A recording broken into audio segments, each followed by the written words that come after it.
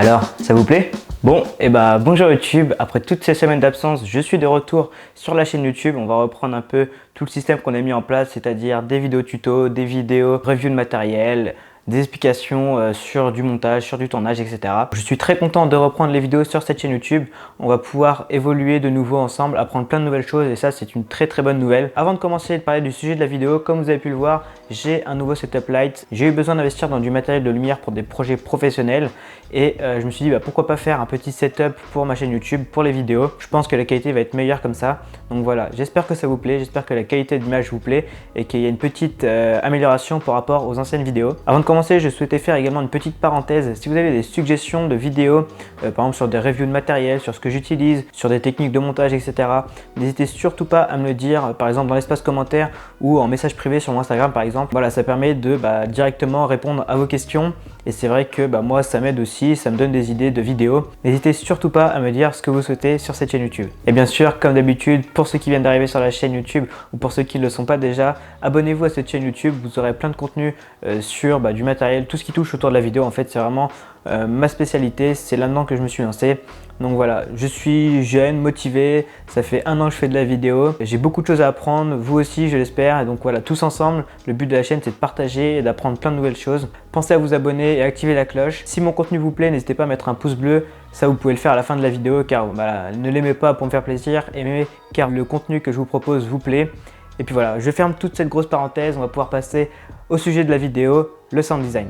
Alors le sound design, c'est vraiment pour moi ce qui va faire la différence dans les vidéos, c'est ce qui va rajouter cette immersion, cette ambiance qu'on va créer de A à Z. C'est vraiment que de la créativité, c'est ce qu'on peut voir, mélanger avec ce qu'on entend, etc. Là on va vouloir donner du détail, donner une intonation, que ce soit avec les whoosh ou avec les sons d'ambiance, les sons de captation, etc. Pour moi c'est vraiment, là on va voir si un vidéaste est bon ou pas, c'est pas sur l'image mais c'est bête, mais ça va être sur le son. C'est là on va voir la créativité et le talent du vidéaste. Donc pour ceux qui ne le savent pas et ceux qui n'ont toujours pas compris, le sound design ça va être tous les effets sonores qu'on va pouvoir mettre dans une vidéo. Ça peut être par exemple un bruit de porte qui claque, etc.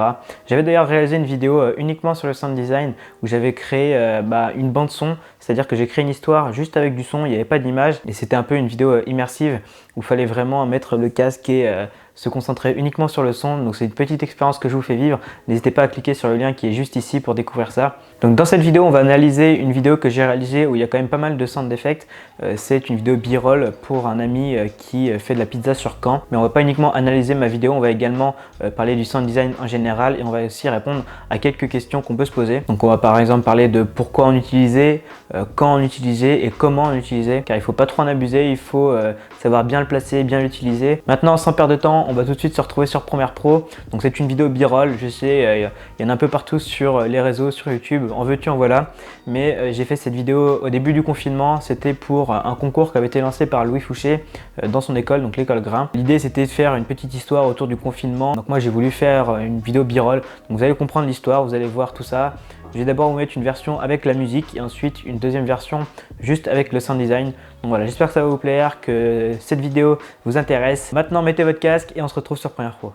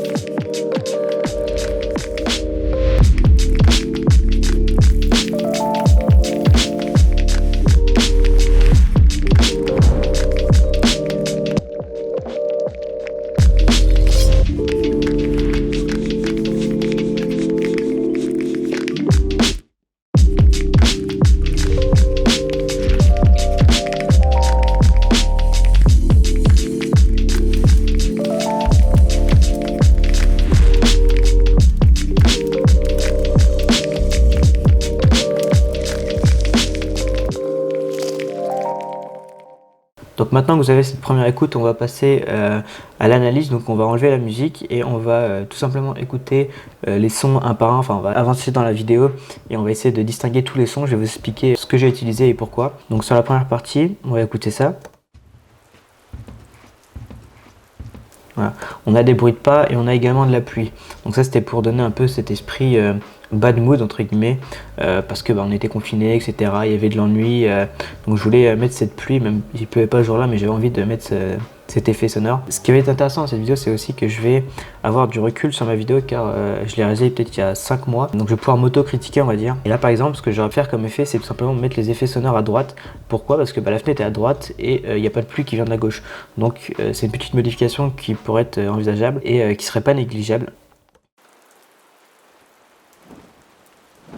Alors ici on a des bruits de vêtements, hein, c'est très simple mais ça passe bien, c'est vrai qu'il y a un mouvement de bras, donc on va venir jouer sur des détails. Donc là on a 3 choses, on a les bruits de pas de la personne qui se dirige vers le canapé, on a également la personne qui s'assoit, donc un bruit de pouf un peu, et on a aussi le soupir, la personne qui s'ennuie vraiment, qui en a marre, qui tourne en rond, et donc là on commence à apercevoir le livre de pizza.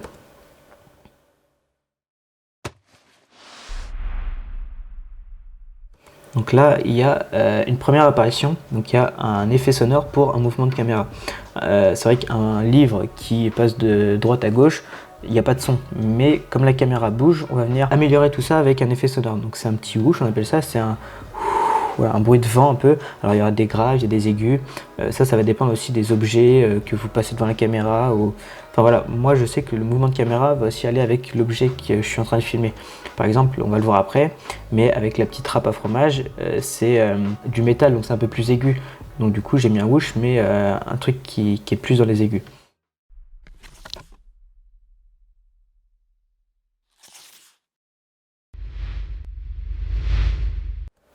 Donc là, on a eu différents bruits de page. Donc on a le premier, on voit que c'est une page, une coque un peu dure. Donc du coup, au niveau du son, c'est pareil, c'est un bruit qui est plus dur. Voilà, il y en avait même deux, vous voyez, il y a celui-ci, il y a celui-ci. Donc on va les écouter un par un. Donc on appuie sur S pour jouer la piste solo. Voilà, donc ça c'est un bruit de page classique. Et celui d'en dessous, hop, celui-ci. Voilà, c'est un bruit un peu de carton, comme si on ouvrait du carton. Et du coup, j'ai superposé les deux. Et ce qui fait qu'on a cet effet justement de page, mais un peu solide. Voilà. Et donc du coup, quand je tourne la page, bah là j'ai enlevé le carton, j'ai juste récupéré le bruit de page qui tourne. Voilà. Là, deux mouvements de caméra. Donc un premier. Hop. Et ensuite, on va le mettre sur la transition. Je l'ai mis vraiment à la pointe du cut. Voilà. Donc là normalement on va les regarder, mais le point le plus haut, voilà, le point le plus haut il est vraiment au niveau du cut, et ce qui fait que ça passe vraiment bien au niveau de la transition.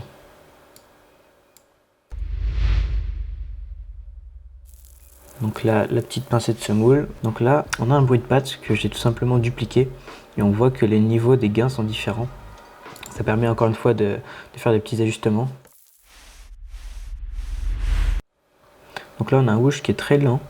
Et il vient préparer tout simplement la transition et le fait de lancer la pizza. En fait, il y a une accélération au niveau de la vidéo. Le cerveau se prépare en fait grâce au son. C'est-à-dire qu'on entend un truc qui arrive, et hop, on a lancé de la pizza, et c'est vraiment ce qui nous rend en immersion dans la vidéo. C'est vraiment tous ces effets, c'est le son, les whoosh, c'est vraiment quelque chose qui m'intéresse, et je vous recommande de faire dans vos vidéos. Une vidéo sans sound design, pour moi, c'est vraiment un travail bâclé, une vidéo pas finie en fait. Donc là, comme c'est une pizza, ça fait un peu wrap. Enfin, quand on le voit en l'air, c'est une pâte en fait. Et donc du coup, vous voyez que le whoosh, il a rien à voir. En fait, j'ai enlevé les graves et j'ai mis que les aigus. Et on a quelque chose qui est plus sec, voilà, un bruit de whoosh, mais version aiguë. Donc ça, c'est pareil, c'est comme je vous disais tout à l'heure, c'est en fonction de l'objet en fait que vous filmez.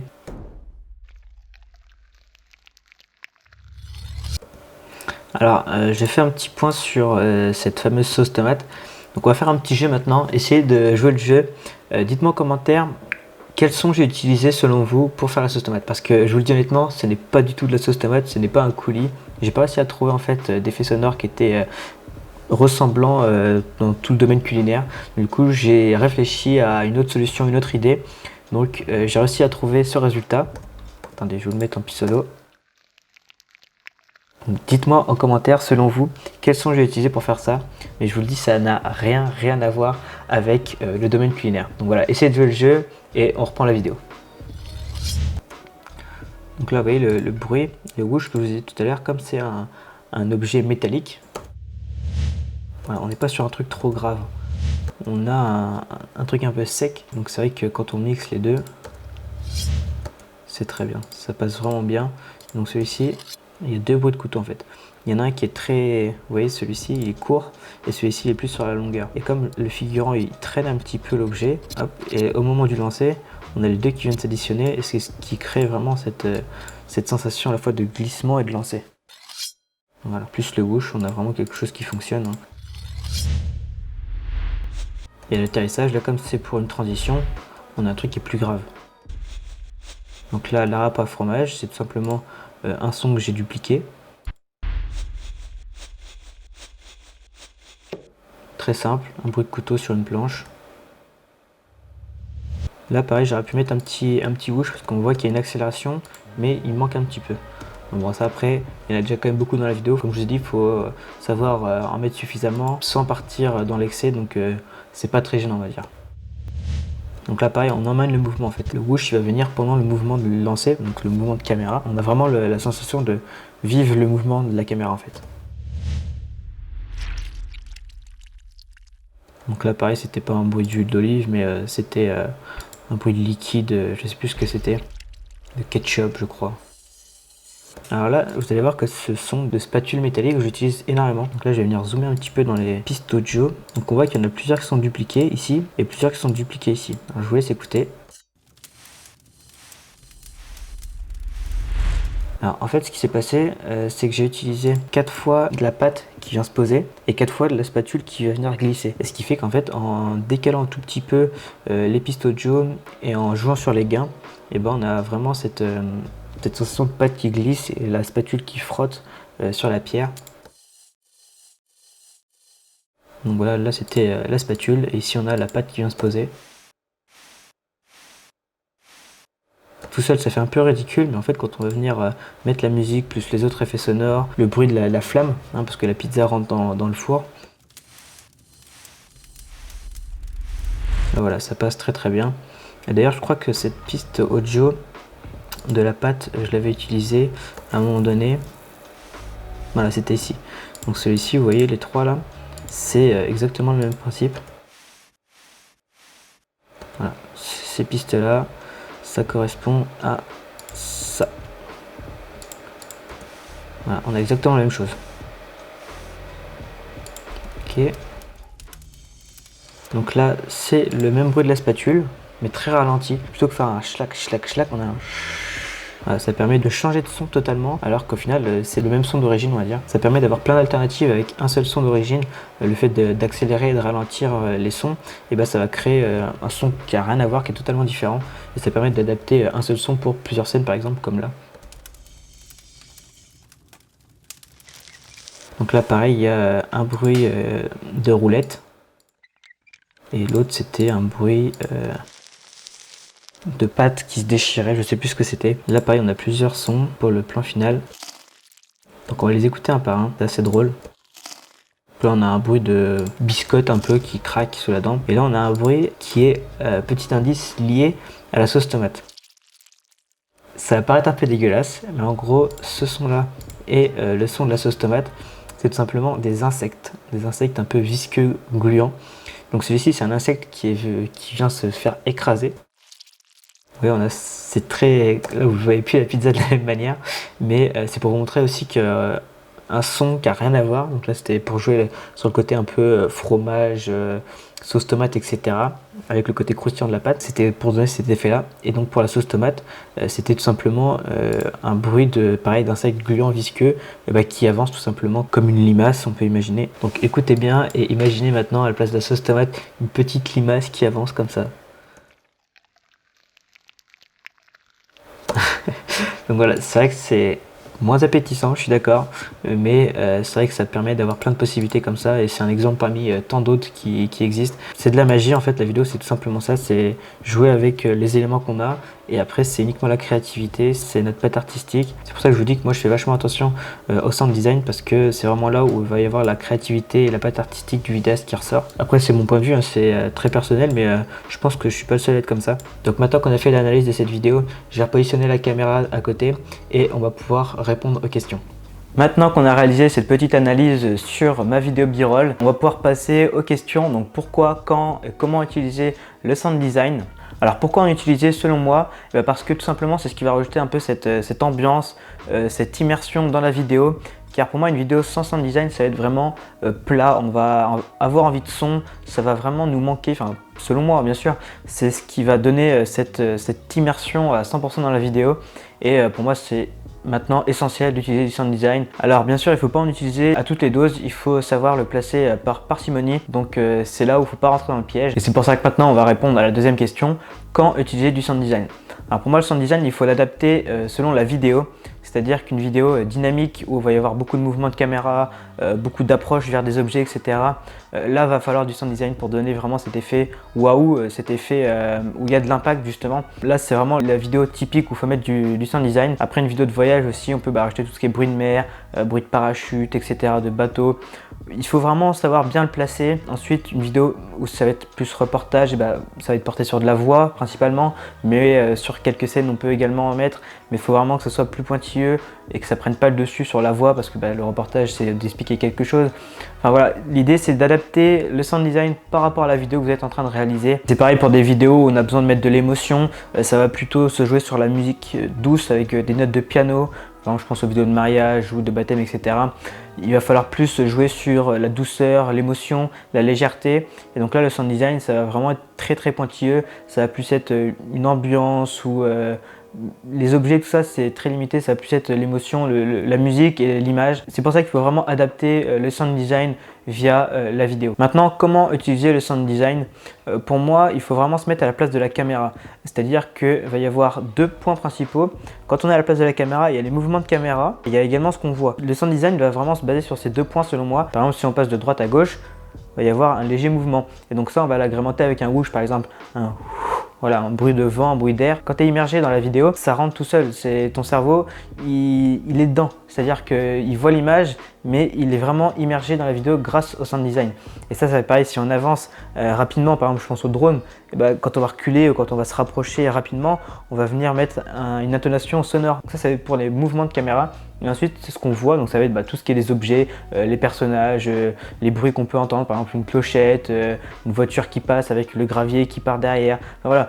Ça va être ce que l'image voit et c'est vraiment là-dessus qu'il faut jouer. Mais je reviens au point quand utiliser, ça va être vraiment par parcimonie, enfin surtout ce qui va correspondre à la vidéo que vous êtes en train de réaliser. Donc le mariage, les émotions, les vidéos dynamiques, les reportages, etc. Tout ça est lié en fait, il faut vraiment savoir le pourquoi, le quand, le comment. Et c'est ce qui va faire l'ensemble, qui va faire un bon cocktail. Ça va être vraiment mixer ça à la perfection. Et voilà, c'est ce qui fait pour moi une bonne vidéo, ce qui va faire la différence sur vos vidéos, ça va vraiment être le sound design. J'insiste là-dessus, ça me faisait plaisir de revenir avec une vidéo qui me tient à cœur comme ça. Bon, et voilà, je pense qu'on a fait le tour du sound design. Ça m'a fait vraiment plaisir de tourner cette vidéo, ça fait du bien. Surtout que là, je suis dans une vraie installation et je pense que la qualité d'image est bien meilleure que ce qui se passait avant sur cette chaîne YouTube. Donc voilà, ça me fait vraiment plaisir d'être de retour. Je suis très motivé.